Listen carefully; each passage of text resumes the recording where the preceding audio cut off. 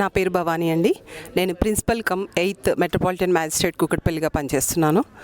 నాకు రాంబాబు గారు women's day సందర్భంగా ఈ అవార్డు ఇవ్వడం చాలా సంతోషంగా ఉందండి. Queen of the nation. నేను గత 7 సంవత్సరాల నుండి సర్వీసెస్లో ఉన్నానండి.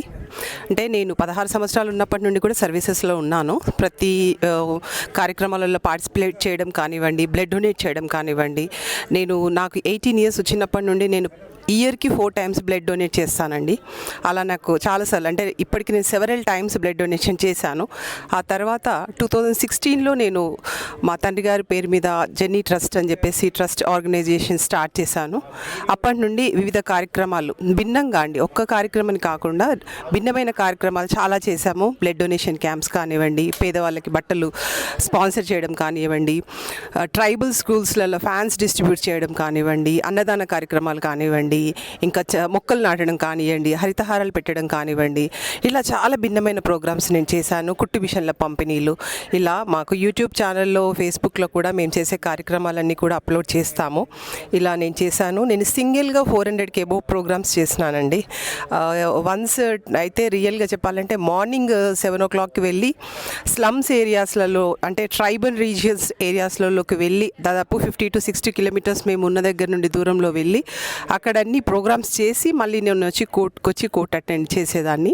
ఈవినింగ్స్ కూడా వెన్నెవర్ ఐ గెట్ టైం, ఎప్పుడు నాకు టైం దొరికినా కానీ చాలా ఏ ప్రోగ్రామ్ ఉన్నా కానీ అక్కడికి వెళ్ళేసి మోటివేషన్ చేయడం, drunk and drive, rash and negligent driving మీద ఊర్లలో ఒక క్యాంప్స్ పెట్టడం.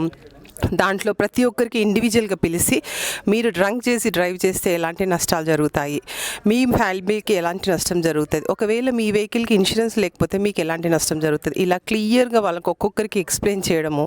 దానివల్ల మేము మార్పు కూడా చూసామండి.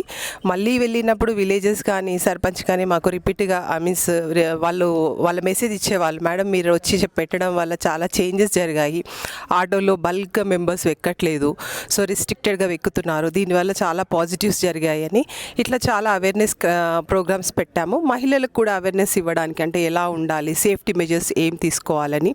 స్కూల్స్లో కూడా అండి ఫ్రీక్వెంట్గా అండి, వీక్కి థ్రైస్ కూడా వెళ్ళిన రోజులు ఉన్నాయి.